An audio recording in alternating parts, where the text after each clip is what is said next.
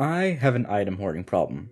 I am often far too frugal when it comes to using in-game items. It's a typical, what if I need it later mindset that a lot of us gamers are faced with.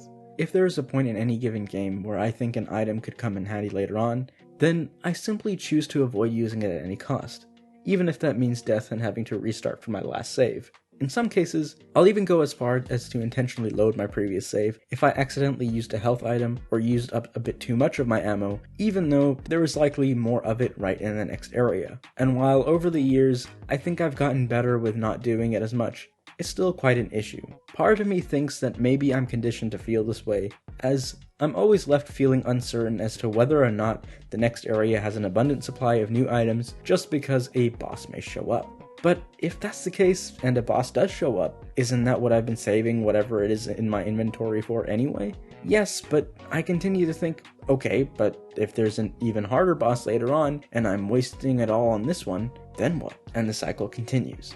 My hoarding and inventory management problem is so bad that even in Animal Crossing, which is supposedly a relatively chill game that you can kick back and relax and play for dozens of hours, is a mess for me, and makes me stressed I can't even play for more than an hour, and refuse to do anything to my island and home, so I just end up playing Happy Home Paradise instead, and design other houses. And then you have other games like Psychonauts, which I absolutely love, and even though I had only played it last year, I had already forgot that this game had any consumables while writing this video. Just goes to show how little I use them. But a couple of months ago, I finally played through Resident Evil Village, and it somewhat cured it. Of course, as we know, in these games, you have limited inventory. This means that you need to carefully decide what items and how much ammo you want to carry. Though this was never much of a solution, as you could always dump whatever excess items you didn't need at the time into the item box, which is exactly what I would do every time I had the chance to. But like Resident Evil 4, Village shares the same design philosophy in a lot of ways, including the omission of the item box entirely, which should solve the problem.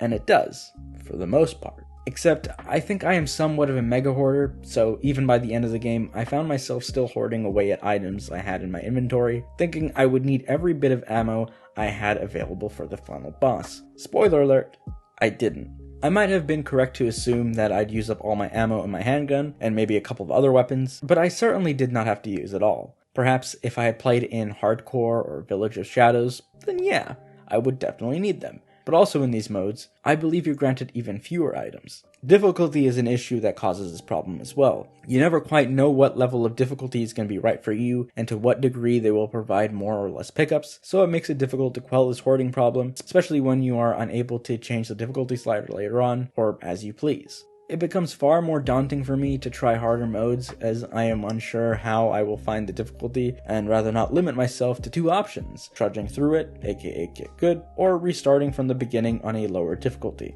That's not to say that Village didn't help with this issue at all, as I ended up using all my Wolfbane ammo on one of those giant werewolves a while before that point in the game, but I did still end up ultimately finding myself hoarding. But it is important to note, I assumed I would be able to collect at least a little more than what I got of that ammo type later. Though, to give credit where credit is due, the weapon upgrade system and the item selling did a lot of the heavy lifting here, attempting to cure it as well. Being able to sell a lot of items, including some of the weapons themselves to buy new ones, along with upgrades, taught me to evaluate and consider what is and what isn't important. Same with the personal upgrades, where you bring Duke the ingredients to increase your stats. And the amount of items you sell, the money you collect, and the ingredients was quite a lot, but not too much that you'd end up maxing out everything. It was a nice balance. But again, had it been a more difficult setting, I think this aspect would have been lost too. A way I believe could balance that even further is by having more options to curate your own personal difficulty levels. I know that there are some games that have this, but it would be nice to see more games crop up in the future that would do that too.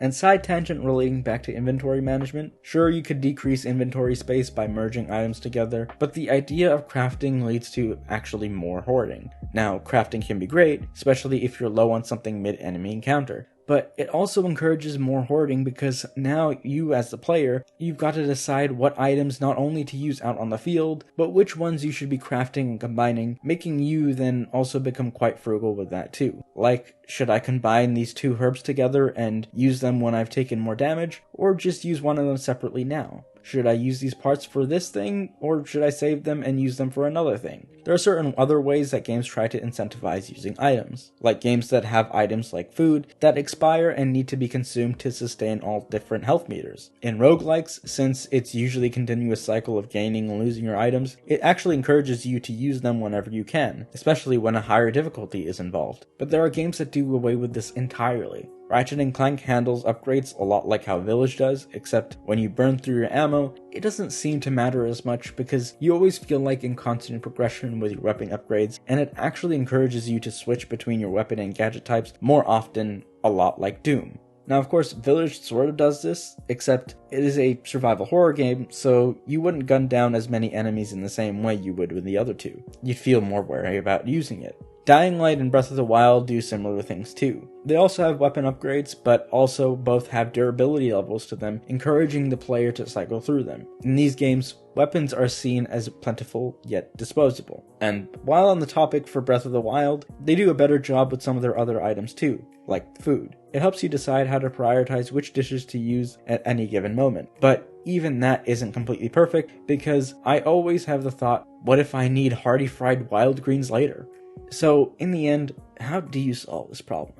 Well, there are ways to help quell this by designing games in a particular way, whether that be allowing for a better curated difficulty system, or a system that pushes you to use items more often. That can only go so far, and certain types of games, it simply is not always possible to do. So I do think this is a me problem, and ultimately it comes down to me as the player to learn to let go when I need to venture out of my comfort zone and take more risks, allowing myself to actually use what I've got stored away in my inventory, instead of hoarding extra items I will never let go of until I can at least sell it to the nearest merchant.